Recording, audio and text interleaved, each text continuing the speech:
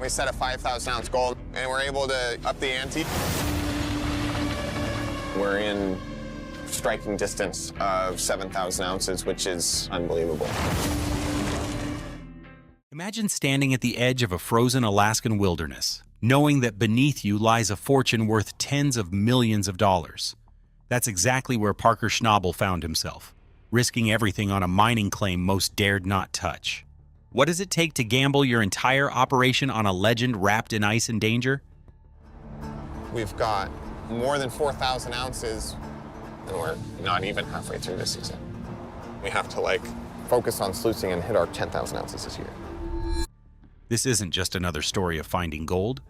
It's about unlocking one of the richest deposits ever uncovered in Alaska's history. The stakes were sky high, the obstacles brutal, and the outcome still a jaw-dropping mystery to many. The perilous Widow's Cut. Parker Schnabel stood at the edge of a frozen abyss, staring out over a rugged stretch of Alaskan wilderness that had crushed the hopes of countless miners before him. This wasn't just any mining claim.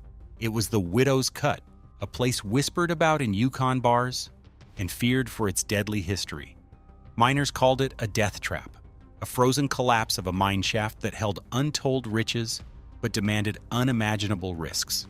Few dared to set foot on it, and even fewer survived the brutal conditions.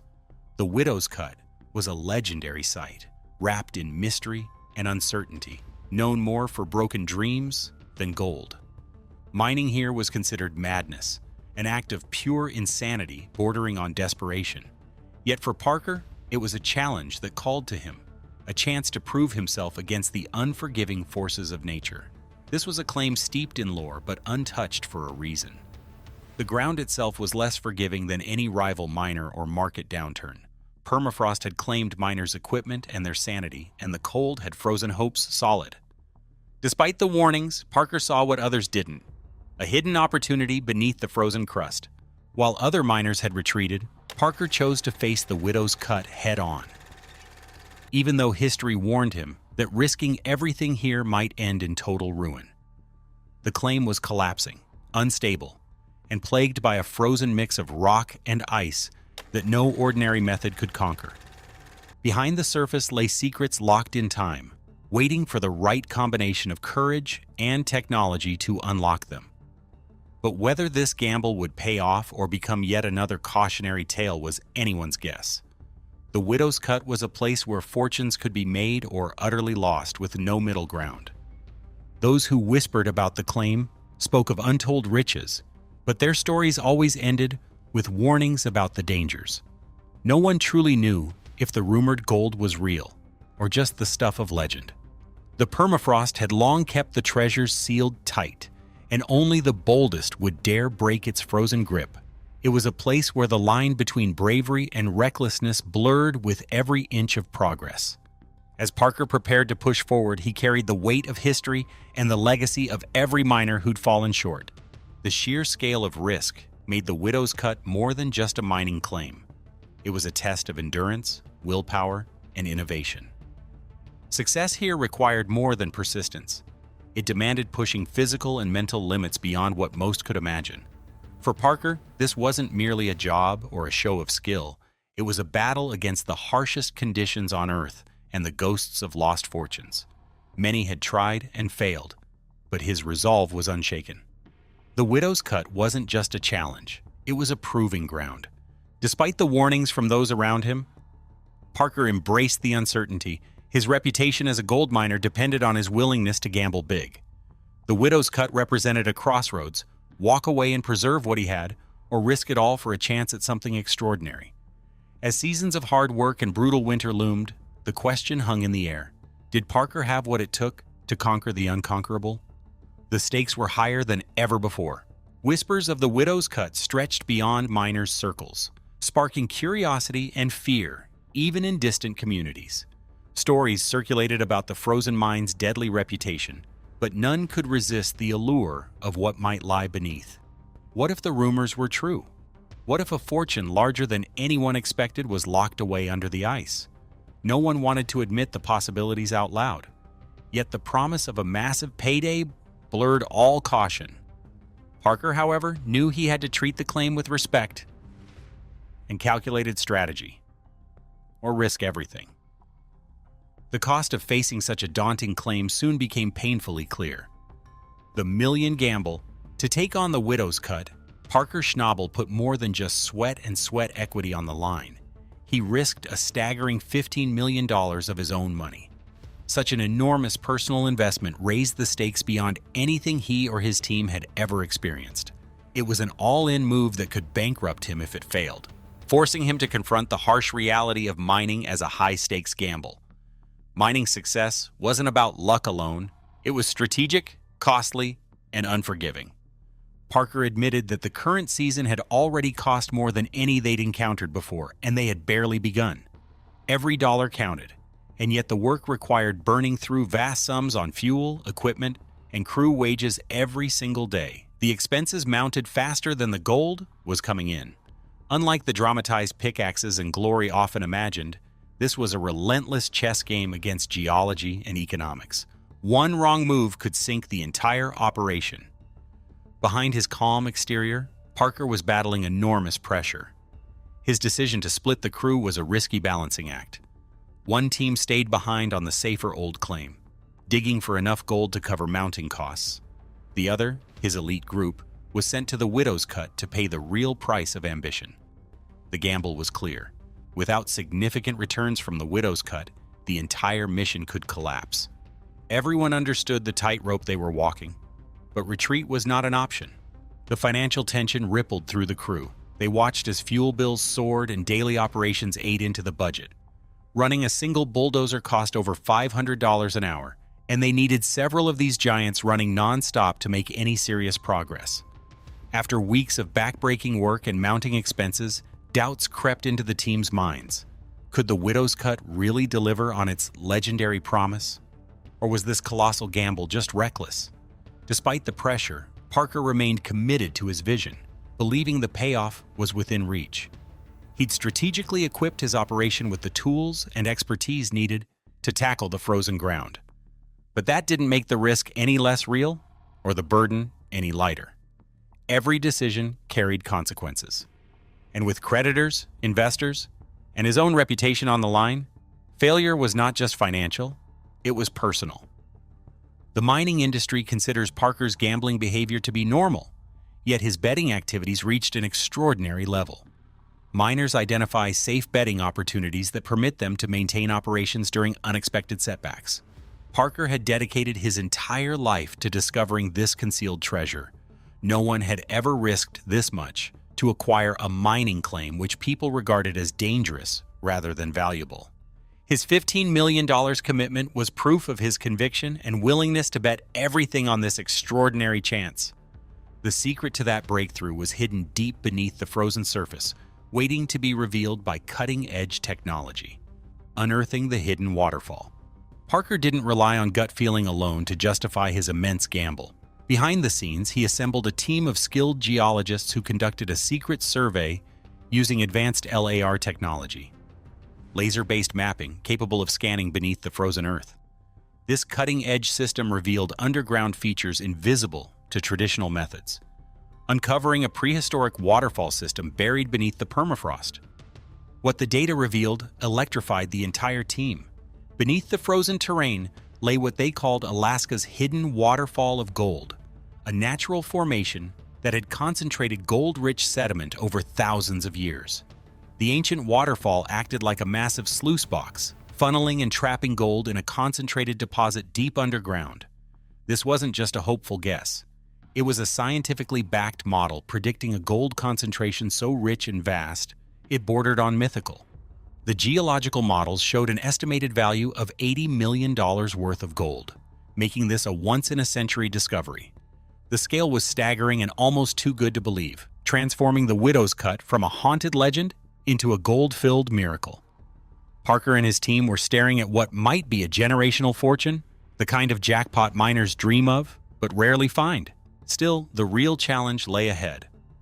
Models and maps told one story, but actually extracting gold trapped beneath thousands of tons of frozen rock and ice was an entirely different battle.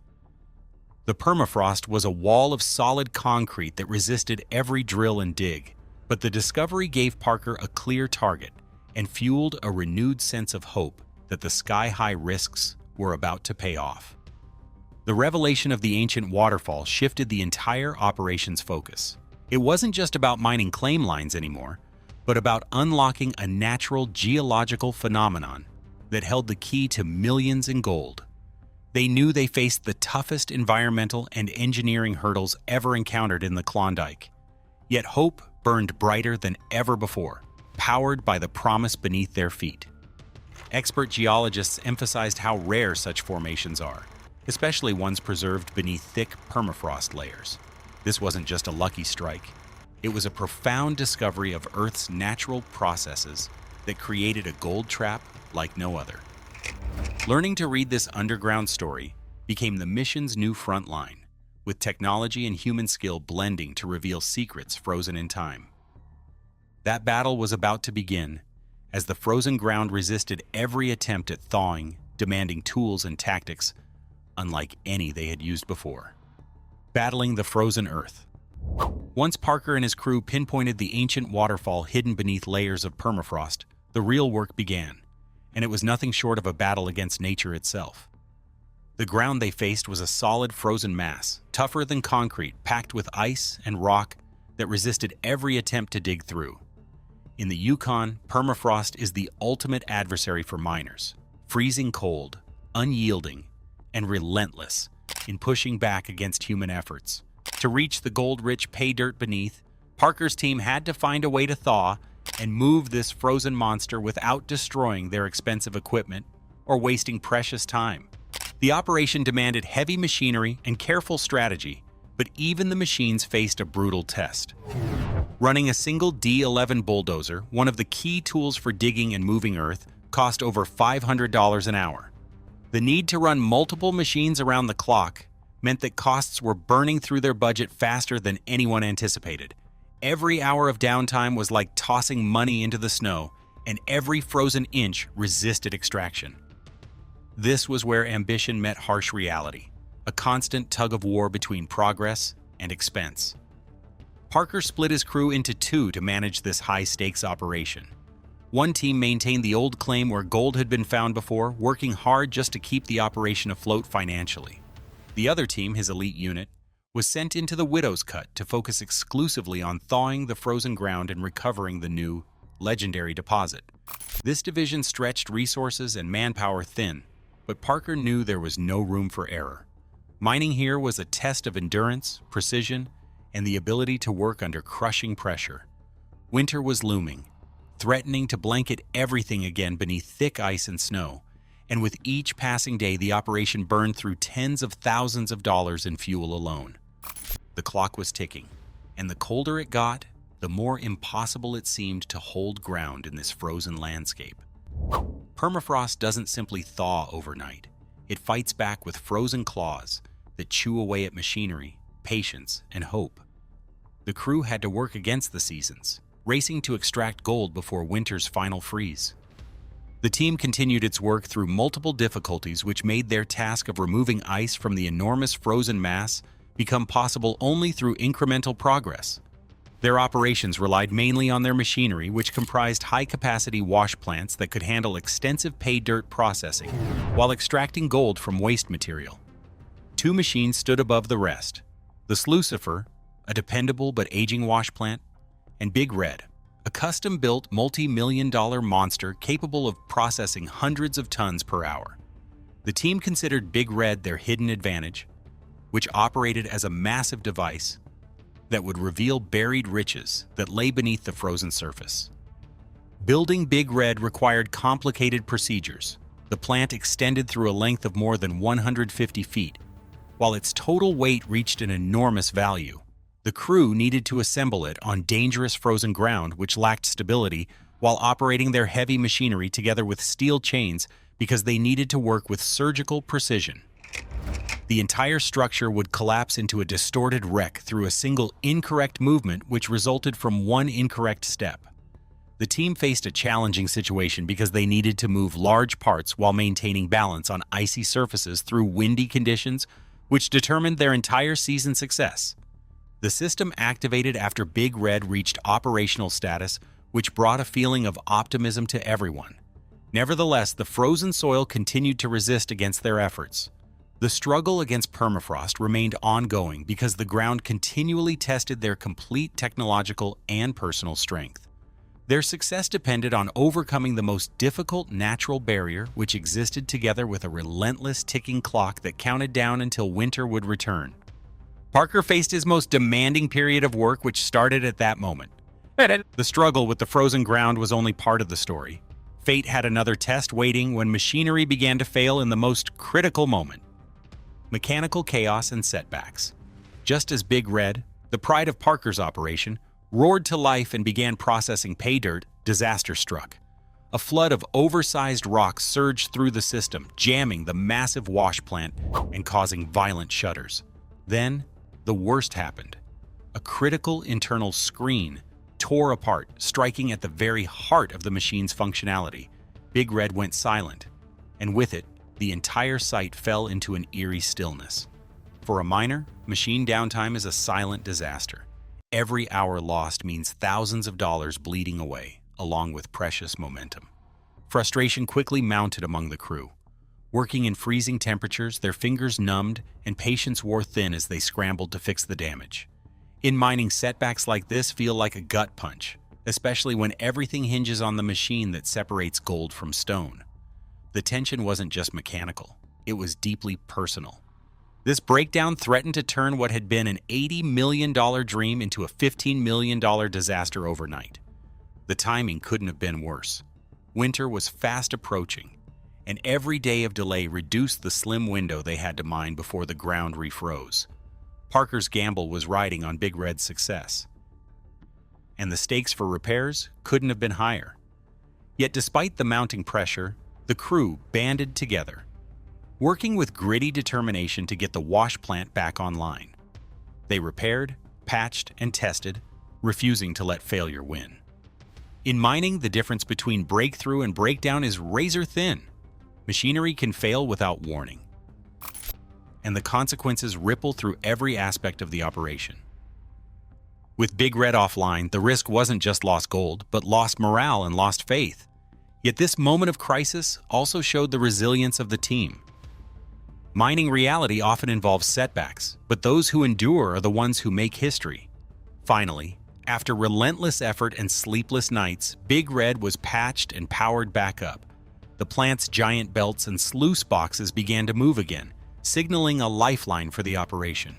This was the moment the whole crew had been waiting for, the chance to turn years of risk and investment into something real, tangible, and valuable.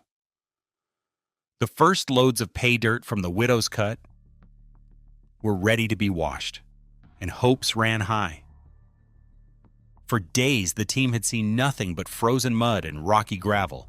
The long grind and harsh conditions had worn down spirits, and doubt was creeping in. But as the first concentrates passed through Big Red's sluice boxes, something caught everyone's attention. Gold. Solid, thick flakes and lines of it began to glow at the bottom of the sluice boxes. It wasn't just a dusting or a few specks. This was a level of gold concentration none had ever imagined. The reaction was electric. Eyes widened, work paused, and disbelief gave way to elation. The theory of an $80 million payoff was no longer just a theory. It was lying right there, glittering in the muddy water, undeniable and spectacular. The ancient waterfall system they'd uncovered had transformed nature's long process into a concentrated treasure, a rich deposit unlike any other. Parker's gamble had survived its greatest test. This discovery marked a turning point. The immense pressures, the financial risks, and the brutal battle against frozen earth were all suddenly worth it. What had seemed impossible had become real, and better than anyone could have dreamed. Parker and his crew were no longer just mining, they were making history. The machines worked, but the fight to keep momentum going was far from over. The first gold revealed. After weeks of relentless labor, mechanical failures, and endless uncertainty, the moment everyone had been waiting for finally arrived. The first pay dirt from the Widow's Cut was fed into Big Red, Parker's colossal custom-built wash plant. For days, the crew had sifted through frozen mud and barren rock, their spirits tested by the slow grind and unyielding cold. Then, as the sluice box began to separate the heavy material, something extraordinary caught their eyes. Gold. Not a few scattered specks, but thick, solid lines glittering in the muddy water. The discovery stunned everyone on site. This was no ordinary cleanout. The bottom of the sluice box was glowing with pure gold. Eyes widened, work paused, and a rare sense of disbelief mixed with excitement filled the air. These were not the usual gram-sized finds. Parker's crew was pulling out ounces, transforming their hope into undeniable reality. It was the kind of breakthrough that miners dream about but rarely see in a single moment. Parker himself was visibly emotional. The gamble, the sleepless nights, the millions spent, all of it was justified by this one moment of pure gold. His gratitude toward the crew was clear as he praised their effort and resilience. This wasn't just a personal win, it was a collective triumph, the kind that forges bonds and solidifies legacies. The discovery had turned from gamble to gold, and the energy on site shifted instantly. This initial payoff was massive, but the second gold weigh-in was even bigger. As word spread among the crew, adrenaline replaced exhaustion and frustration.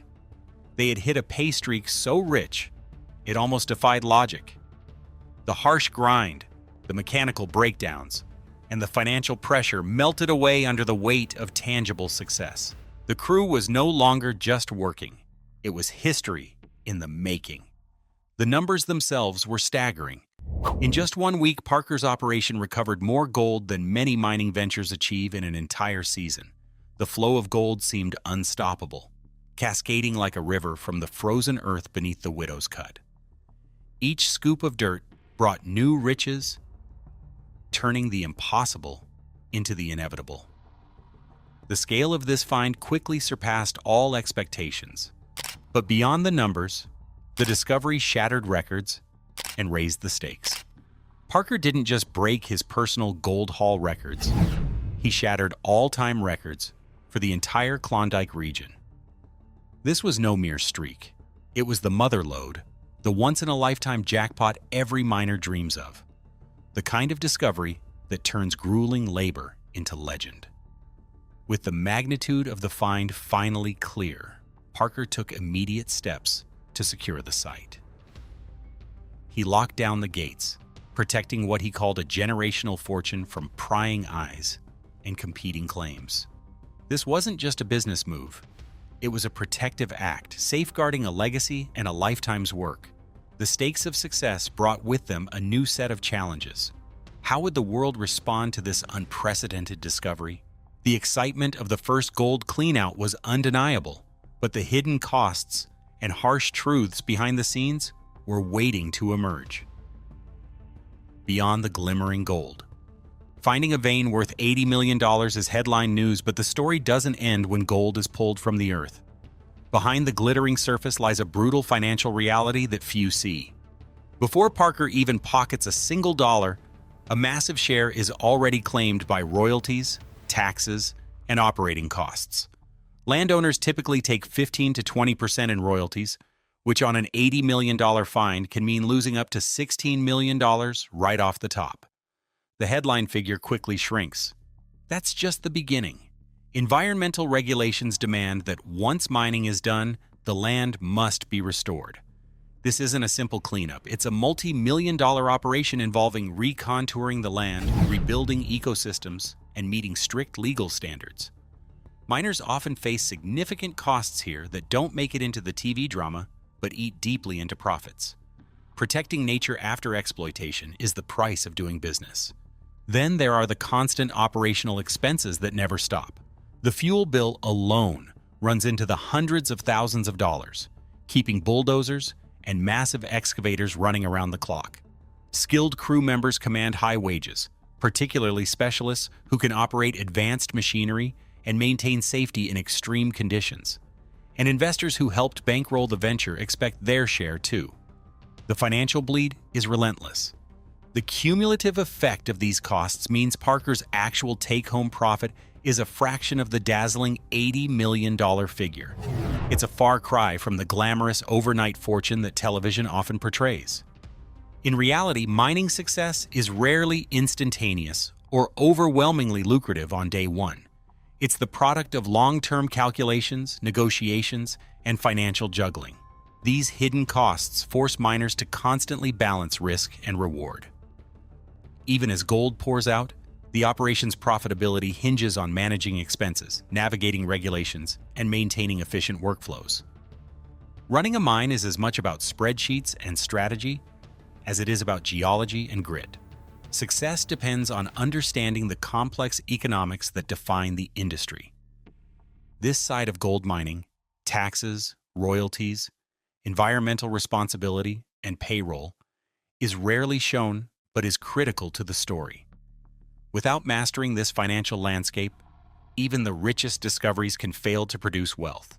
The true test for a miner like Parker isn't just striking gold, it's ensuring the find remains sustainable and profitable long-term.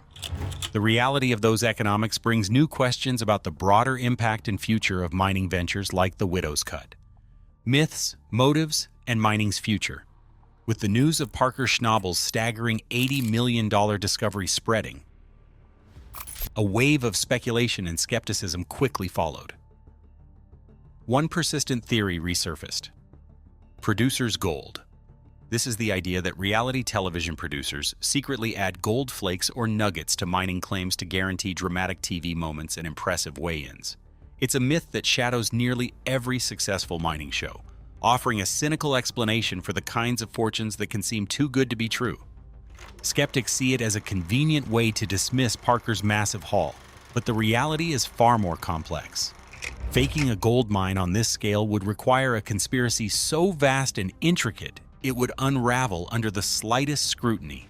Planting tens of thousands of ounces into frozen permafrost would mean fooling skilled miners, fabricating detailed geological surveys, and orchestrating logistical feats that defy reason. Despite the drama that TV often adds, the mining itself, the risks, the breakdowns, and the gold are all very real. Industry insiders and former cast members have spoken out, reinforcing the authenticity of Parker's operation. While the personal drama might be heightened for entertainment, the core mining work remains genuine. The physical dangers, financial risks, and hard labor are not scripted. They are the reality of gold mining in some of the toughest terrain on Earth. This reality makes the discovery all the more impressive. Beyond the salting rumors, new questions arise about the strategic use of such a massive discovery announcement. Some speculate that the $80 million figure was a calculated move, a way to send a flare in a competitive and cutthroat gold mining environment. Announcing a find of this size can scare off competitors, attract top talent eager to join a winning team, and boost the perceived value of Parker's entire operation. In the world of mining, perception can be as powerful as the gold itself. The business behind the land deals adds another layer of complexity. On television, mining claims tend to be presented as simple leases, but anyone familiar with Alaskan resource extraction knows it's rarely that straightforward. Claims often involve complicated partnerships, private negotiations, and shifts in ownership behind the scenes. The current situation has generated excitement and speculation about a basic question, which asks whether we can observe everything that exists. Finding $80 million worth of gold is one thing.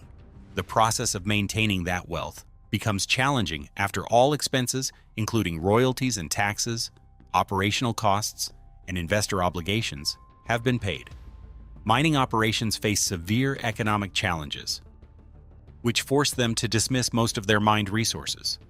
The audience usually misses this essential truth, which needs recognition, because it contains vital information about the actual risks involved. The weight measurement process shows how spreadsheets and boardroom talks and financial choices get made behind the stage. The actual conflict takes place underground and in administrative spaces where business alliances get established and work contracts get settled and organizational progress gets decided. The business aspect of operations determines who will succeed or fail in mining operations. The discovery leads to philosophical inquiries about whether it is appropriate for one person to claim ownership of a treasure that nature has developed throughout millions of years. Mining wealth has always come from four sources, which include luck and risk and knowledge and legacy. Parker's story shows us how people should balance human instinct with natural resources which they consider rightful ownership of. Parker Schnabel's discovery is more than just a massive gold find. It's a story of risk, resilience, and the intricate realities behind striking it rich. From shattered records to financial battles behind the scenes, this saga reveals the true face of modern gold mining. If you enjoyed this deep dive into the world beneath the ice, don't forget to like and subscribe for more stories that uncover the extraordinary hidden in the ordinary.